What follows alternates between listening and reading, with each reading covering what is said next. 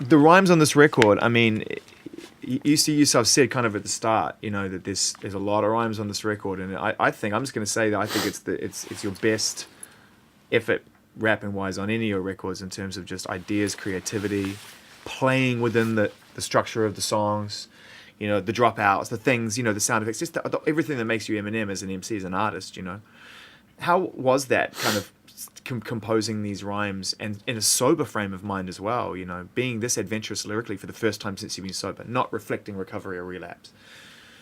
I mean, that was fun because I felt like I knew going into this record, I didn't know what I was going to call it or anything like that at the very beginning stages, but I knew that I didn't want to make Recovery Part 2.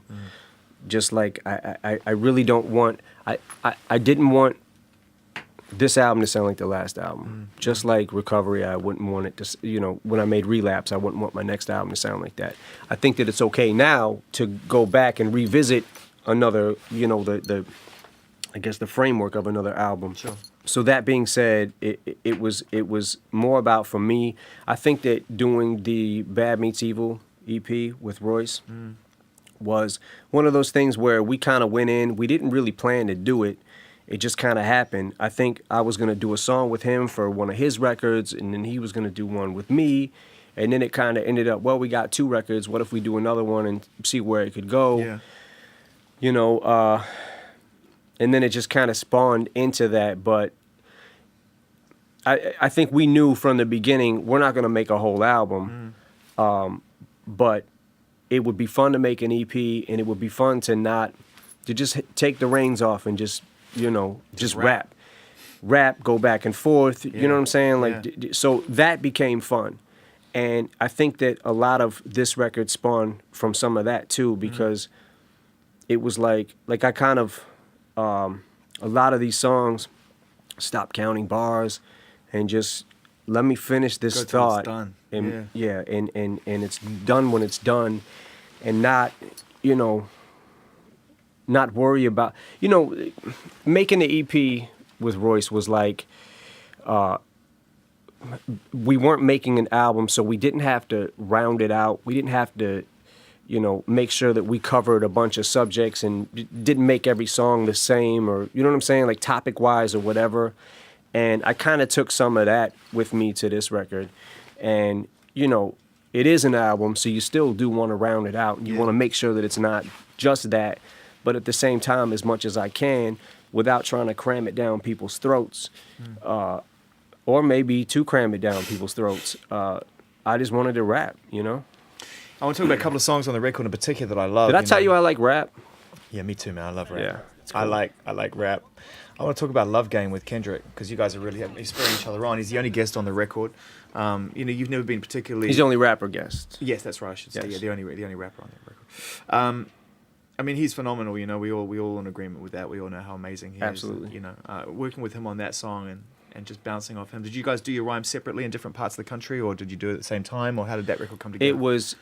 The way that it was put together was kind of last minute, because I had did so many records for this album and was recording so fast. It was almost like I would record a record, maybe 2 a week, and then kind of put them aside and then record 2 more and just kept going and kept going. And by the time it was all said and done and I was picking the songs out, you know, I'll go through them with Paul and we'd sit there and, you know, bounce ideas back and forth. What do you think about this song? I like this song, but this is what I don't like about this song. So we would kind of do that.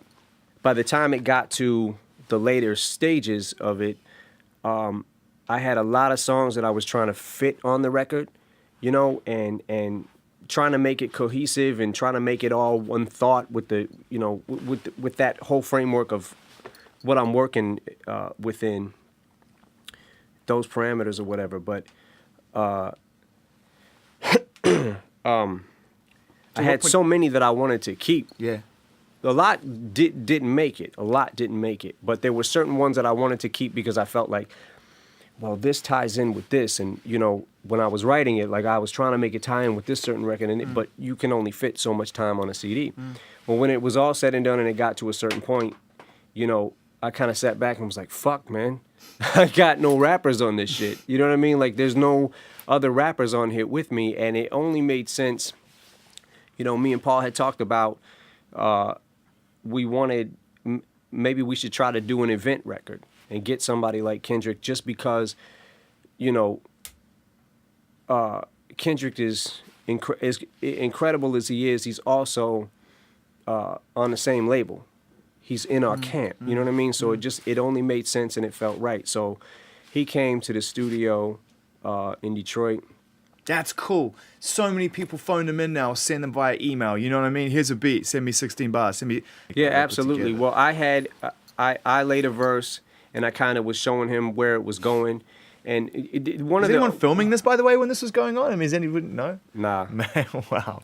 Nah, Kendrick me and him had a conversation about the element of surprise. Right. You know, and we had talked about, like, he shouldn't even tell anybody that you know what I'm saying? Like, I won't say nothing, he won't say anything, and he gets it, you know, he really does, man. So you've done a verse, and you kind of talking through with him, so just get back into that moment, because I want to hear how that came. Well, I laid a verse, played it for him when he came to Detroit, and I said, this is kind of the direction it's going, and I had other things to play him, but what I explained to him was, I have other things that I can play you, but they're kind of, where I was at with the album was, there was a lot of rap on it. So I felt like if I have another song with Kendrick that's just bars of, like, there's no subject, there's no topic, you know what I'm saying? Like, maybe it'd be cool to have a topic. So he came to Detroit, he listened to the verse.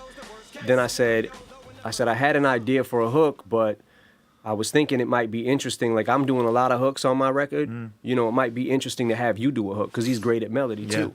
So he laid the hook, and then he laid like 2 different hooks, I think. And after that, I don't know if I'm not sure if, to this day, I'm not sure if he understood that I always wanted him to rap on it.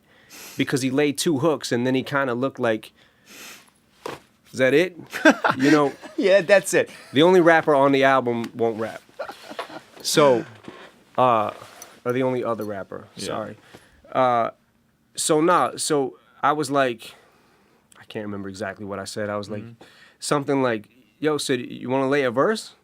And he was like, oh. Like, I think he looked surprised. I think that he was just not sure. Yeah. You know what I'm saying? So it was getting late. I ended up going home. He laid something. I don't think I could even come back the next day. That's when it actually started getting busy too with everything else. You know, with Survival, Call of Duty, and all that sort of stuff. Yeah, those things started happening. So I think it took me a couple days to be able to get back to the studio to listen to what he did, and then we had to go somewhere for a couple of days. I don't remember where we ended up going, but it took me a minute to be able to get back to him. I told him he killed it, and then you laid down your other verse after that one as well. So it was a classic kind of like bouncing off each other. So to try to because I felt like he's doing the hooks too, you know. So one verse ain't gonna make sense. Maybe I could try to tie it all together and cap it off to try to make it, you know, it wouldn't. I don't think it would have been a complete thought. Yeah. If the record would have ended there. Yeah. But it's a wicked record. I mean, it's kind of it's a dream combination, isn't it? You know, Rick Rubin, you and Kendrick Lamar on the same record. It's like that's never happened before. Yeah, absolutely. And that was the other thing too. Was I felt like what was interesting about that beat to me, and one of the reasons that I wanted to hear Kendrick on it is because I don't think that the style that the beat was in and where the samples from and all that. To me, the feel of that record is so different from what maybe a lot of people would expect us to do. So that was one of the things that attracted me to that record when Rick sent the beat to me. Can we talk about headlights? I mean, I know obviously the subject has always been sensitive for you, and you've always said what you need to say on a record, and I've always tried to respect that. But the reason I want to bring that song up is because I love it. I think it's one of the most kind of emotional and brilliant things I think you've ever recorded on record.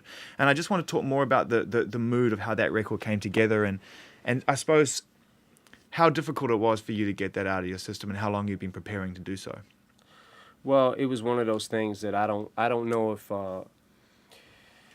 if I was mentally preparing for any of that before the idea was given to me to even me and Nate have a mutual friend, Emil, who produced the track. Yeah. And he had brought up, you know, he did a lot of work on the Fun record, Emil did. and he had brought it up to me like, what do you think about working with Nate? And Nate is dope. Like the way he writes and the way his cadences and his voice and the way he he's a great writer. Yeah, I mean, it's incredible. Yeah. So, you know, I was open to the idea.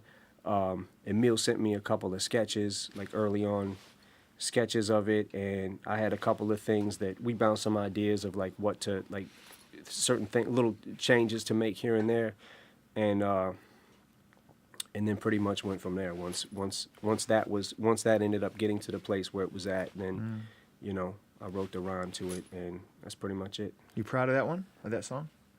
I mean, I'm proud of every record on here, you know. The reason I know that's an obvious thing to ask, but it's, you know, I mean, it is. I mean, it's an amazing listen, man. I mean, you got to remember that your fans have been on this journey with you through your honesty. You know, your fans have experienced what you've experienced, and your relationships with people in your family or friends or whatever through your records. Yeah. So to come full circle on that song is kind of important to them as well, or to us, to hear that in a weird way. It sounds strange, doesn't it? You know.